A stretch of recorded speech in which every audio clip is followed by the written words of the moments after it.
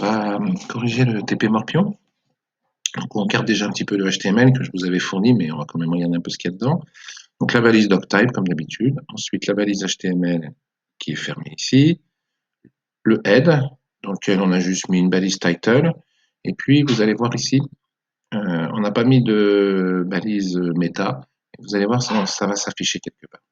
Par contre, on a mis ici la balise link pour la feuille de style, style.css. Ensuite, la balise body. Alors, vous voyez déjà qu'ici, j'ai ajouté quelque chose d'inhabituel. Onload égale start. On verra après. Disons que là, simplement, au moment du démarrage, au moment du chargement de la page, eh bien, le serveur va exécuter, enfin non, d'ailleurs, c'est le client, qui va exécuter la fonction start qui se trouve dans le script JS, qu'on va définir ici dans la balise script. Donc, script, src égale script.js pour qu'il aille chercher le fichier script.js dans lequel se trouve notre fonction start. Voilà, le reste, bien écoutez, une balise H1, un titre. Je vais peut-être tout de suite vous montrer à quoi ça ressemble. Donc voilà, le titre morpion.js que j'ai écrit ici en gros, mais ça c'est défini dans le fichier CSS. Et ensuite, une table qui contient en fait 3 lignes et dans chaque ligne 3 éléments qui sont des boutons. Donc pour faire une table, on met la balise table et on la ferme ici. Ensuite, on met tr qui veut dire table row, et row c'est une colonne.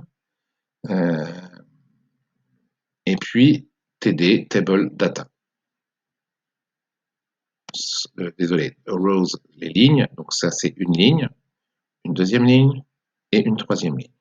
Et puis sur chaque ligne, une data, c'est-à-dire une case, si vous voulez, de la table. Hein. Et vous voyez qu'ici, à l'intérieur de ma balise td que je ferme ici, eh bien j'ai une balise bouton avec, donc on indique le type c'est bouton, et onClick égale play 1, 1, 10. Alors, play, c'est une fonction qui est dans notre script JS, qu'on verra après. 1, 1, bah, c'est en fait première ligne, première colonne, puisque je suis sur la première ligne, première colonne de ma table. Et puis 10, c'est l'élément, c'est-à-dire ici le bouton lui-même. Donc, c'est une syntaxe spécifique de JavaScript. Quand je mets l'argument 10 dans l'appel d'une fonction, 10 correspond à l'élément depuis lequel on a fait l'appel de la fonction. Donc ici, par exemple, ce bouton-là, voilà, appellera play avec les arguments 1, 1 pour le numéro de la case et 10 pour dire c'est ce bouton-là, ce qui me permet d'interagir ensuite avec ce bouton. Alors pareil pour les autres boutons, bien sûr, hein, le bouton 1, 2, première ligne, deuxième colonne, première ligne, troisième colonne.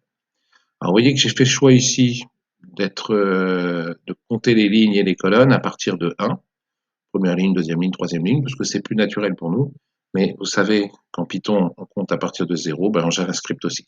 Donc du coup, il faudra tenir compte de ça. Quand je mets 1 ici, voilà, eh bien ça correspond bien à la ligne 1 pour moi, mais en fait, en Python, il faudra que je retranche 1 pour obtenir la ligne 0. Hein, et puis du coup, la ligne 3 ici, ben, ce sera en fait la ligne 2 dans le code. Donc il faudra faire 3 moins 1 pour obtenir l'indice du tableau. Voilà à peu près tout ce qu'il y a à dire sur le fichier HTML. Un petit regard rapide sur le fichier CSS. Donc j'ai formaté les boutons. Donc je leur ai donné largeur et hauteur. J'ai dit que je ne mettais pas de marge. Border radius, je ne sais pas si vous connaissez cette propriété. Donc là, la propriété, je lui ai donné la valeur 10 px, donc 10 pixels. En fait, ça correspond ici à l'arrondi. Voilà. Plus je vais mettre grand, plus ça va me faire un arrondi marqué ici dans l'angle. Si je ne mettais pas ce border radius, j'obtiendrais des boutons carrés. Font size, c'est bon, la taille, donc 2 EM, c'est pour faire des caractères assez grands. Donc pour l'instant, il n'y a rien d'écrit dans mes boutons, mais quand je vais jouer, il va apparaître. Par exemple, si je vous montre ici, voilà, il apparaît un O avec une certaine taille. Font weight bold, eh ben, je l'ai mis en caractère gras. Text shadow, c'est la petite ombre que vous voyez ici, et donc qui est définie par une couleur, bien sûr, et puis l'épaisseur de l'ombre en haut, en bas, à droite. Ça doit être ça. Et ensuite, margin de px, c'est la marge que je mets autour de mon bouton, donc ça correspond aux 2 petits pixels que vous voyez là, avec la bordure de la case. Et enfin, button 2.over, c'est qu'est-ce qui se passe quand je passe ma souris au-dessus du bouton? Ben, vous voyez, je change la couleur, background color devient ivory, et la couleur ivoire, c'est cette couleur-là, voilà, qui met un petit peu de... Tout ça, c'est que de la présentation, hein. Le TP pourrait marcher très bien si on faisait comme ça. Alors après, pareil, hein, formatage des cases, en fait. Donc, TD, c'est une case, hein, c'est table data. Rien de spécial, si ce n'est que j'ai mis un WebKit Box Shadow. Ça correspond à cette petite ombre que vous voyez ici, qui donne une espèce de relief en 3D. T-Rose, j'ai rien mis, enfin voilà, margin et padding, que vous connaissez déjà. Et puis le formatage de la table. Rien de tout à fait, voilà, sauf que je lui ai mis un border radius pour avoir des angles arrondis ici. Puis je lui ai mis aussi une certaine épaisseur avec le WebKit Box Shadow. Voilà, bon, à part ça, sinon, padding de PX, donc ça c'est l'espace que je laisse à l'intérieur.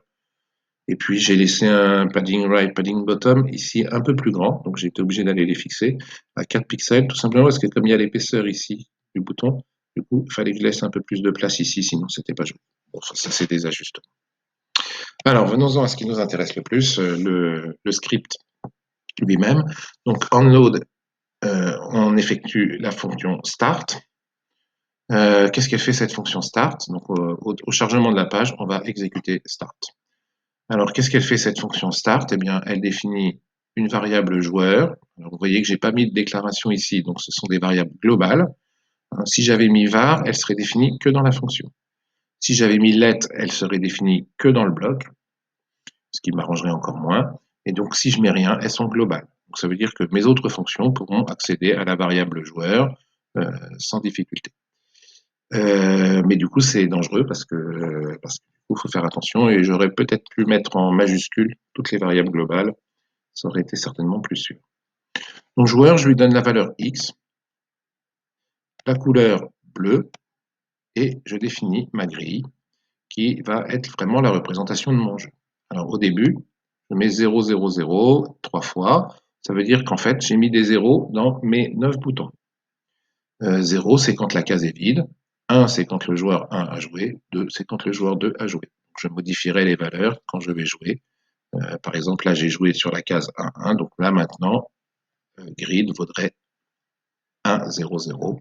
Et puis 0, 0, 0, 0, 0, 0 pour le restant de la grille, après avoir joué ça. Là, je définis une variable qui, pour le coup, est locale à ma fonction, buttons, document.getElement by tagname button. Donc là, je prends tous les éléments qui ont le type bouton. Et donc, il y en a 9. Et donc, je crée une variable buttons qui est en fait une liste de boutons avec donc chaque élément de la liste, bah, c'est un élément de mon document. Et ensuite, je fais une boucle. Donc là, j'ai mis let, donc la variable i n'est définie que dans ce bloc, ici, de là à là. Ça évite toute confusion avec une variable i qui serait définie dans une autre fonction. Donc i égale 0, i inférieur à buttons.length et i++, donc i va de 0 jusqu'à la longueur de la liste bouton -1, et on incrémente de 1 à chaque tour. Bon, en Python, on écrirait ça for i in range len de boutons. Je peux vous mettre là en dessous. I in range.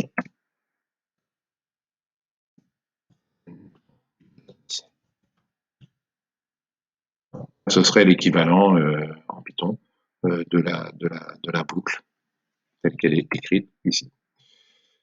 Donc button égale bouton de i, donc je prends l'élément. Ah oui, alors quand je fais une boucle for comme ça ici, i c'est les indices. Donc du coup, buttons de i c'est un bouton, donc je l'appelle bouton. Et je fais bouton.innerHTML égale rien. Donc ça fait que dans chaque bouton j'ai rien au moment du démarrage. Hein. Si j'actualise, voilà, quand je démarre, au start, au premier start, chaque bouton contient en fait aucun caractère, il n'y a rien d'écrit dedans.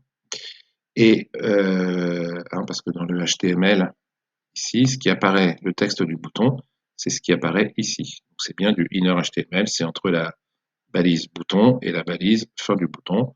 Ben là, on parle, par exemple, si je mets un T ici, vous allez voir, CTRL S, j'actualise.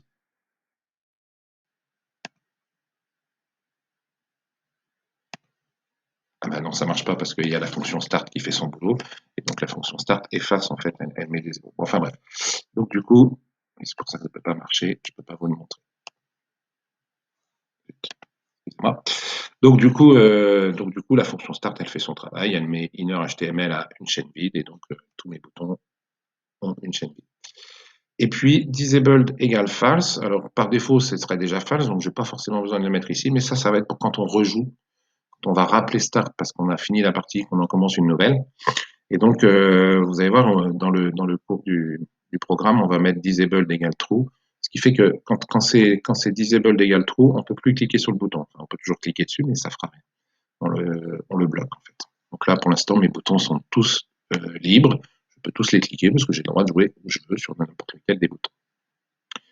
Alors là, il y a un appel de start qui, à mon avis, ne sert à rien. Je vais l'enlever et je ne vois pas pourquoi j'ai mis un appel de start ici. Oui, voilà, il n'y a pas besoin. Oui, c'est bon. Donc, du coup, parce que l'appel de start, il est fait dans le body, donc on n'a plus besoin de ça. Et on va commencer à programmer les fonctions que vous aviez à programmer. Donc, tout d'abord, la fonction play et ensuite la fonction checkWin. Donc, play, elle a trois arguments. I et J qui sont en fait la position du bouton, et puis LM qui est le bouton lui-même en fait sur lequel on a cliqué. Alors, si joueur était égal à X, ce qui est le cas au début, ben dans ce cas-là, joueur devient O. En fait, au premier coup, ben, comme j'ai défini joueur à X, eh bien effectivement, c'est le joueur O qui commence. La couleur rouge, et donc dans ce cas-là, il a joué sur la case IJ. Mais la case IJ, vous vous rappelez, hein, j'ai expliqué dans le document HTML, en fait, la case IJ, par exemple, 1, première ligne, première colonne, ça correspond en fait à l'indice I-1 pour les lignes et J-1 pour les colonnes, c'est-à-dire la case 0, 0. Et on va mettre la valeur 1 dans la fonction play. Alors, je vais venir ici, faire F12. Voilà, pour ouvrir l'environnement de développement. Je vais rajouter ici, dans Play, j'ai déjà mis un console.log setting O, donc vous voyez ici, je vais rajouter un console.log grid. Vous voyez s'afficher la grille. CTRL S, je recharge, et je joue sur une case. Et donc, bon, setting O, d'accord, et il me dit array3, alors c'est pas très lisible, donc je vais l'ouvrir, et voilà. Il me dit array3, en 0, j'ai 1, 0, 0, en 1, j'ai 0, 0, 0, en 2, j'ai 0, 0, 0, en gros, il affiche que le joueur 1 a joué ici. Si je joue maintenant, le joueur 2 va jouer ici, donc à nouveau, alors non, j'ai pas mis de, voilà, donc du coup, j'ai pas mis console.log pour le joueur 2, donc je vais rejouer aussi. Voilà, donc là, à nouveau, le joueur 1 a joué, et maintenant, on voit qu'il a joué là, et par contre, le joueur 2 a joué, lui, au centre. D'accord? Voilà, on voit qu'on gère bien le... Voilà. Si je veux, je peux aller rajouter le console.log pour l'autre joueur. Pour que vous voyez encore mieux.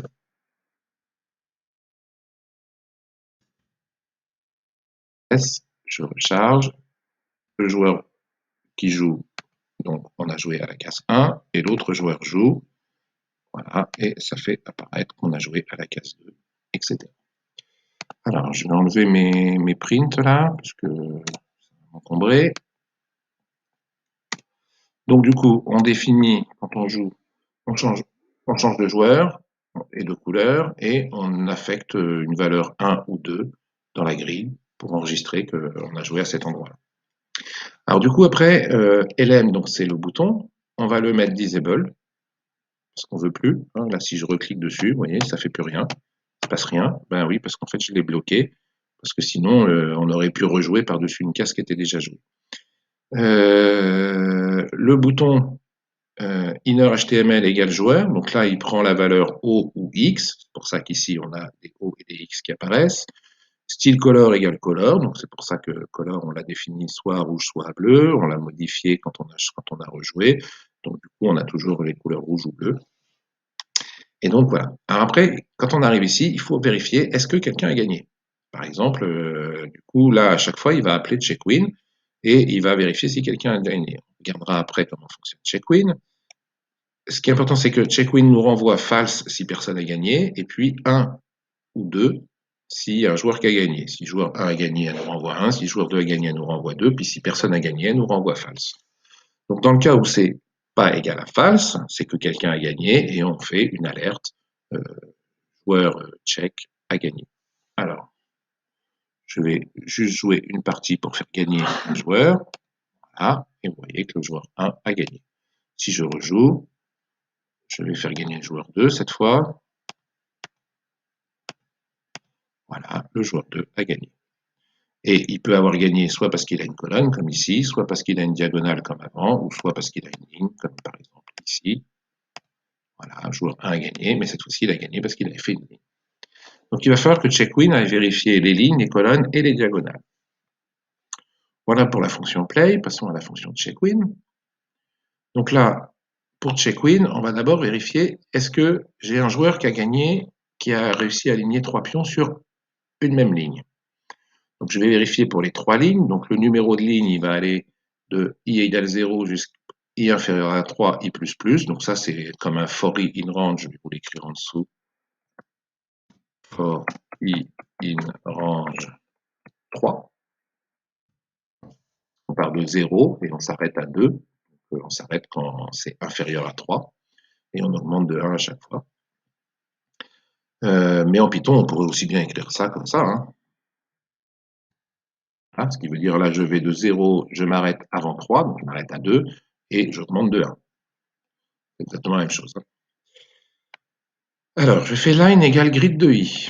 Alors, je vais faire un console.log line. Vous avez déjà deviné à quoi ressemble ma variable line. Hein. Et je joue.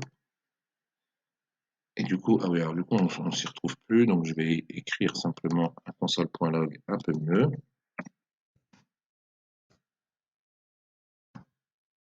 C'est vraiment comme print, il n'y a pas de différence. Je recharge et je joue. Donc, alors, vous voyez qu'il a fait 3 fois. C'est normal parce que le console.log ici, je l'ai mis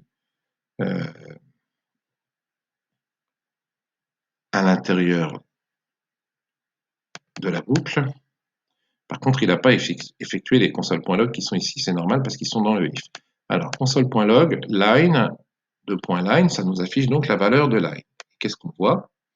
Eh bien, pour la première fois, il a mis 1, 0, 0. Pour la deuxième fois, il a mis... Bon, j'ai même pas besoin de les ouvrir, en fait, je suis bête, on les voit ici. Non? Oui, non, attendez. Oui, voilà, c'est bon. Donc, pour la première fois, il a mis 1, 0, 0, ce qui correspond bien à ce que j'ai ici, puisque là, j'ai joué... Ah mince, j'ai pas fait exprès de cliquer, là. Bon, alors, du coup, on va le regarder sur le dernier, là. Sur cette partie-là. Donc pour la première fois, il a mis 1, 2, 0, ça correspond bien à ce que j'ai ici, et puis 0 ici, et puis les deux autres lignes que des 0, puisque personne n'a joué, toutes les cases sont libres. Alors, maintenant, est-ce qu'on a une ligne? Du coup, là, j'ai constitué un vecteur qui vaut, par exemple, 1, 2, 0, et je veux savoir si ce vecteur-là représente une situation gagnante. Ben, quand est-ce qu'il représente une situation gagnante? J'aurais gagné là si j'avais 1, 1, 1, ou alors si j'avais 2, 2, 2, c'est-à-dire 3 fois la même valeur, mais pas 0. Donc si line de 0 n'est pas égale à 0, hein, et que line de 0 égale line de 1, et que line de 0 est aussi égal à line de 2, vous voyez que le end de Python, ici, il est devenu un et commercial. Donc line de 0 n'est pas 0, mais line de 0 est égal à line de 1, et line de 0 est aussi égal à line de 2. Donc ça veut dire que les trois sont égaux et ne sont pas égaux à 0. Dans ce cas-là, c'est qu'on a un gagnant. Alors, on va le faire. Je vais m'arranger pour faire une ligne. Voilà, j'ai fait une ligne. Le joueur 1 a gagné. Et on va regarder ce qu'il a affiché dans la console. Donc, dans la console, il doit afficher la grille et en dessous la ligne pour que vous voyez bien ce que ça a fait. Donc, ça correspond à ces deux derniers affichages qu'on a ici. Donc, la grille. Ah mince, j'ai rejoué là, j'ai pas fait exprès. Bon, du coup, c'est pas grave, mais si vous vous rappelez, on voit bien qu'ici, j'avais effectivement le joueur 1 qui possédait la ligne 1. D'accord? Et donc, au moment où je suis passé dans le if, c'est parce que j'ai trouvé 1, 1, 1. D'accord? Je vais rejouer en faisant gagner une ligne au joueur 2. Voilà, là, le joueur 2 a gagné avec une ligne. Et effectivement, vous voyez que la ligne, au moment où j'ai gagné, c'est 2, 2, 2. Dans mon tableau, j'ai 1, 1, 0, 2, 2, 2, 1, 0, 0. Et donc, la ligne gagnante ici, c'est la deuxième avec 2, 2, 2. Donc voilà pour la vérification des lignes. On va faire pratiquement la même chose pour les colonnes et les diagonales, mais ça va être un tout petit peu plus compliqué. Ici, on va devoir créer un vecteur colonne qui contient en fait les bonnes valeurs. Alors en fait, c'est quoi les bonnes valeurs? Ben, on va prendre d'abord la colonne 0, non, oui, enfin, i égale 0, donc la colonne 0. Donc l'indice de colonne, ce sera 0. Et l'indice de ligne, ben, ce sera 0, 1 et 2. Ça va nous faire ces trois cases-là. Ligne 0, colonne 0, ligne 1, colonne 0, ligne 2, colonne 0. Donc les lignes, c'est 0, 1, 2, puis la colonne, c'est 0. Et puis on va recommencer ensuite avec i égale 1, donc à nouveau ligne 0, 1, 2, et puis i qui vaut 1, donc ça nous donnera cette colonne-là. Et puis avec i égale 2, pareil, on aura la troisième colonne. Et donc après, le test est exactement le même que pour les lignes. On va regarder si colonne 0 n'est pas un 0, et si colonne 0 égale colonne 1, et colonne 0 égale colonne 2. Si toutes ces conditions sont vérifiées, c'est qu'on a gagné. Donc on affichera, alors, je vais quand même vous faire une démonstration. Voilà, donc là j'ai gagné avec la colonne 0, et si je regarde ma grille, à quoi elle ressemble, ben, effectivement, j'ai que des 1 dans la colonne 0. Et donc, c'est pour ça qu'il a détecté que le joueur 2 a gagné. Alors, pour les diagonales, bah, c'est presque pareil. Hein. On va faire comme pour les colonnes. Donc là, je le fais un tout petit peu différemment. Je vais faire une liste vide. Et puis, pour i allant de 0 jusqu'à 2, donc 0, 1, 2, je vais faire diag.push. Donc, diag, c'est une table. Hein, et je vais lui ajouter, c'est comme un append, hein, grid ii. Donc, pour i égale 0, ça va faire grid 0, 0. Correspond à cette case-là. Pour i égale 1, ça va faire grid 1, 1, correspond à cette case-là. Et pour i égale 2, grid 2, 2, qui correspond à cette case-là. Et donc, ça me fait bien la diagonale ici. Voilà, et puis après, le test est exactement pareil. Et pour la diagonale 2, ça va être grid 2. Alors, du coup, on veut aller de là jusqu'à là. Donc, quand i égale 0, indice de ligne 0, je veux la colonne 2. Quand i égale 1, je veux la colonne 1. Quand i égale 2, je veux la colonne 0. Donc en gros, première ligne, i égale 0, colonne égale 2, i égale 1, colonne égale 1, et i, la ligne, égale 2. Donc là, je suis bien à la ligne 2. Il faut que colonne soit égale à 0. Et ça, en fait, ça se traduit par colonne égale 2 moins i. Quand i égale 0, ça fait 2. Quand i égale 1, ça fait 1. Et quand i égale 2, ben 2 moins 2, ça fait 0. Donc quand je suis à la ligne 2, je suis bien à la colonne 0. Donc ça me fait bien cette diagonale-là. Bon, ensuite le test, etc. Tout est pareil. Voilà, et ça suffit. Alors, qu'est-ce qui se passe quand on renvoie quand on renvoie false, il ne se passe rien, puisque check est. Voilà. Mais par contre, quand check n'est pas égal à false, donc quand on a renvoyé 1 ou 2, eh bien, on va donc mettre une alerte et on va rappeler start. Et donc, comme on rappelle start, eh bien, on réinitialise. Donc, on remet le joueur au début, on remet la couleur, on remet la grille avec que des zéros, et on remet tous les boutons avec inner.html égale vide et disable égale false, de manière à ce qu'on puisse jouer à nouveau une nouvelle partie. Voilà, eh bien c'est tout. Vous avez l'ensemble de la correction du TP Morpio.